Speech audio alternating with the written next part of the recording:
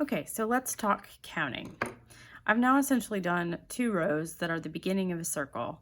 There's 6 stitches in the first row and then an increase in each stitch all the way around, so I currently have a total of 12 stitches.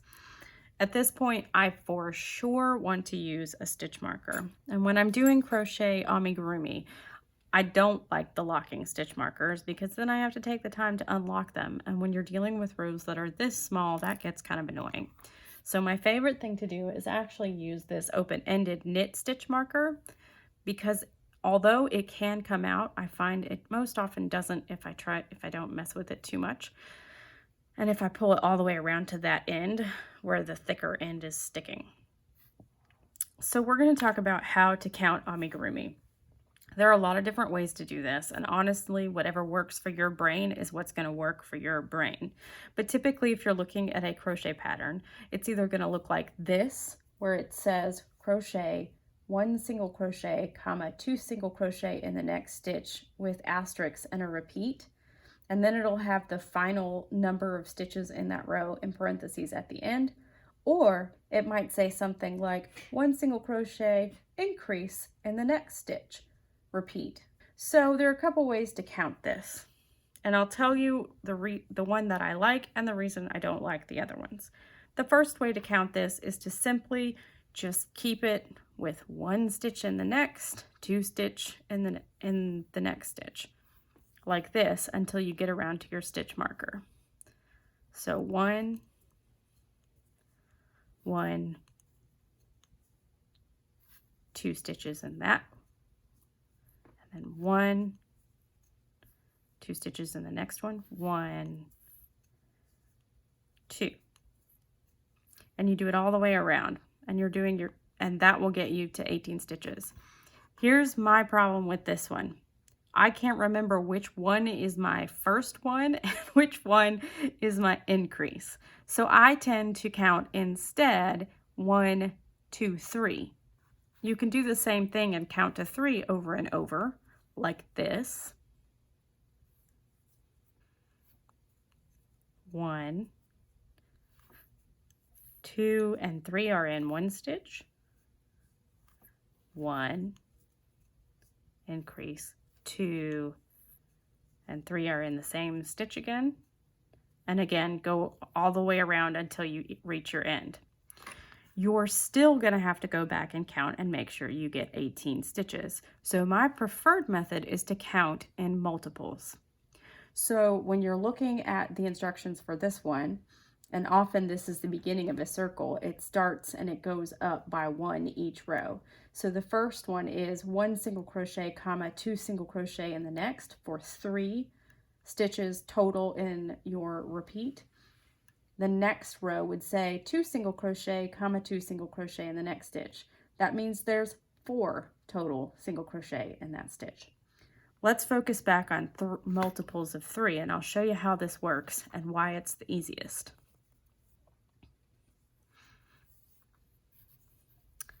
So here we are back at our beginning.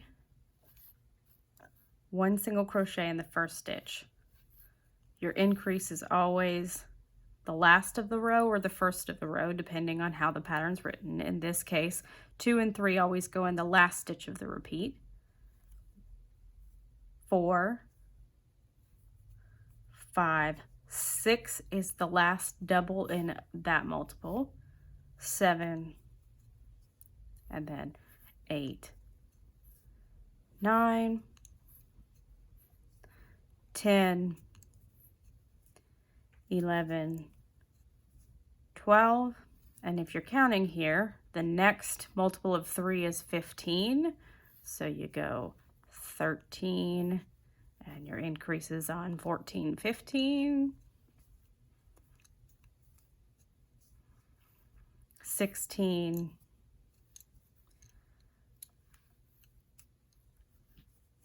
you can either work around that stitch marker or move it, 17, 18, and now you don't have to go back and count your rows. You're round and make sure your stitches are, because if you landed on 18 in this last stitch of the round, you've done it correctly without having to go recount. So to me, counting in multiples saves me lots of time. So let's go ahead and see what that would look like if your stitch count was a multiple of 4. This is also a great way to teach your kids their times tables. If somebody had taught me my times tables this way, I would have done a lot better in math. All right, so the next instructions say 2 single crochet, comma, 2 single crochet in the next stitch. What it might also look like is 2 single crochet, increase in the next stitch. Either way, it's a multiple of 4 with just 24 stitches in the row. So if you're going to count this by multiple fours, then you will start your row like this.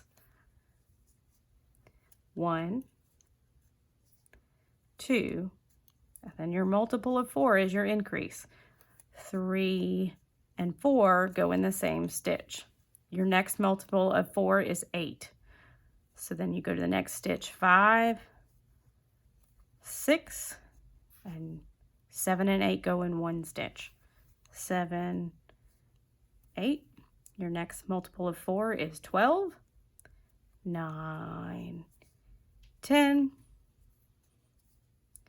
11, 12 is your multiple. Your next multiple is 16, and I'm getting some yarn barf over here, pardon me. So 17, I'm sorry, where were we? See, this is why counting in multiples is the easiest. We're on the 5th, so it's 17, 18, and then 19, 20.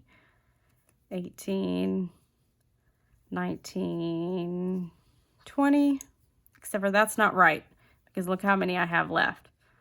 So that multiple was actually, we can count, 1, 2, 3, 4, 5, 6, 7, 8, 9, 10, 11, 12, 13, 14, 15, 16. See, I still make mistakes in my own method, but it's still easier to me to do it this way. So now your next multiple really is 20.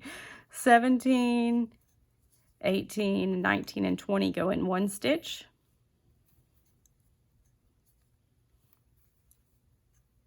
Then 21, 22, and then 23 and 24 go in the last stitch.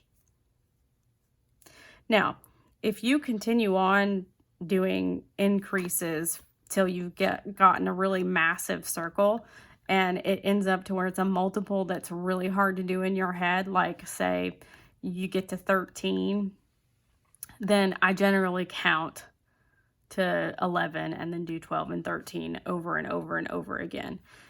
But until then, this to me seems quicker. Say at this point we were done with our increases and we were just going to do 4 more rows of 24.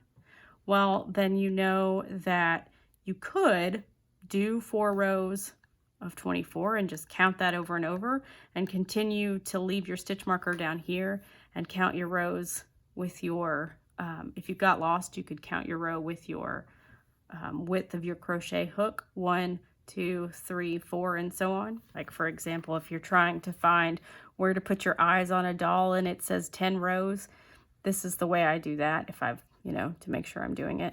There's my first row, second, third, fourth, fifth, sixth. See how that is roughly the width of the crochet hook? That's how you can count rows. So some people, when they have 4 rows of 24, just go, okay, well, that is 48 stitches. So I'll just count 48 stitches all the way around. I can't do that. I would rather do 4 rows of 24 and start over each time. But there's some tips on how to count your amigurumi. Again, it's going to depend on how your brain works. So try out all the different methods and see which one you like the best. Thanks for stopping by, and I'll catch you next time. Bye!